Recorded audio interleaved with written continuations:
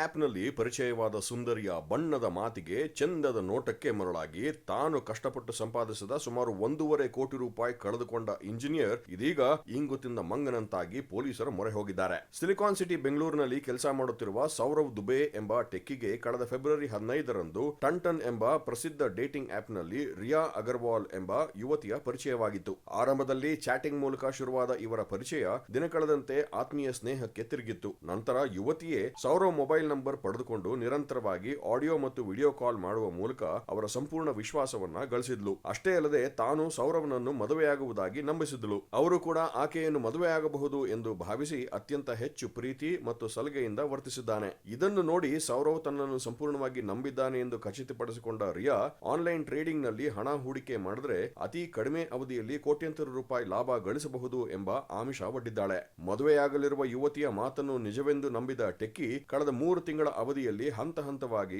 ವಿವಿಧ ಬ್ಯಾಂಕ್ ಖಾತೆಗಳ ಮೂಲಕ ಬರೋಬ್ಬರಿ 1.66 ಕೋಟಿ ರೂಪಾಯಿಗಳನ್ನು ಹೂಡಿಕೆ ಮಾಡಿದ್ದಾರೆ. ಕೋಟಿಗಟ್ಟಲೆ ಹಣ ಹೂಡಿಕೆ ಮಾಡಿದ ನಂತರ ಸೌರವ್ಗೆ ವಾಪಸ್ ಸಿಕ್ಕಿದ್ದು ಕೇವಲ 4,250 ರೂಪಾಯಿ ಮಾತ್ರ.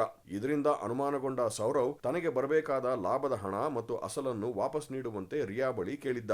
ಯಾವಾಗ ಸೌರವ್ ಹಣಕ್ಕಾಗಿ ಒತ್ತಾಯಿಸಲು ಆರಂಭಿಸಿದನೋ ತಕ್ಷಣವೇ ಆಕೆ ತನ್ನ ಮೊಬೈಲ್ ನಂಬರ್ ಅನ್ನು ಸ್ವಿಚ್ ಆಫ್ ಮಾಡಿಕೊಂಡು ನಾಪತ್ತೆಯಾಗಿದ್ದಾಳೆ. ಆ ನಂತರವಷ್ಟೇ ಸೌರವ್ಗೆ ತಾನು ಸಂಪೂರ್ಣವಾಗಿ ಮೋಸ ಹೋಗಿರುವುದು ಅರಿವಾಗಿದೆ. ತನಗಾದ ಮೋಸದ ಬಗ್ಗೆ ಮಾಹಿತಿ ಬರುತ್ತಿದ್ದಂತೆ ಸೌರವ್ಗೆ ದಿಕ್ಕು ತೋಚಿದಂತಾಗಿದೆ. ಕೊನೆಗೆ ಸಂತ್ರಸ್ತ ಟೆಕ್ಕಿ ಸೌರವ್ ದುಬೆ ಬೆಂಗಳೂರಿನ ಆಗ್ನೇಯ ವಿಭಾಗದ ಸೈಬರ್ ಕ್ರೈಮ್ ಪೊಲೀಸ್ ಠಾಣೆಗೆ ಭೇಟಿ ನೀಡಿ ದೂರು ದಾಖಲಿಸಿದ್ದಾರೆ. ಪ್ರಕರಣ ದಾಖಲಿಸಿಕೊಂಡಿರುವ ಪೊಲೀಸರು ವಂಚಕ ಯುವತಿ ಹಾಗೂ ಆಕೆಯ ಬ್ಯಾಂಕ್ ಖಾತೆಗಳ ಜಾಡು ಹಿಡಿದು ತನಿಖೆಯನ್ನು ತೀವ್ರಗೊಳಿಸಿದ್ದಾರೆ. ಡೇಟಿಂಗ್ ಆಪ್ಗಳಲ್ಲಿ ಅಪರಿಚಿತರ ಪ್ರಲೋಭನೆಗೆ ಒಳಗಾಗಬೇಡಿ ಎಂದು ಸಾರ್ವಜನಿಕರಿಗೆ ಪೊಲೀಸರು ಎಚ್ಚರಿಕೆ ನೀಡಿದ್ದಾರೆ.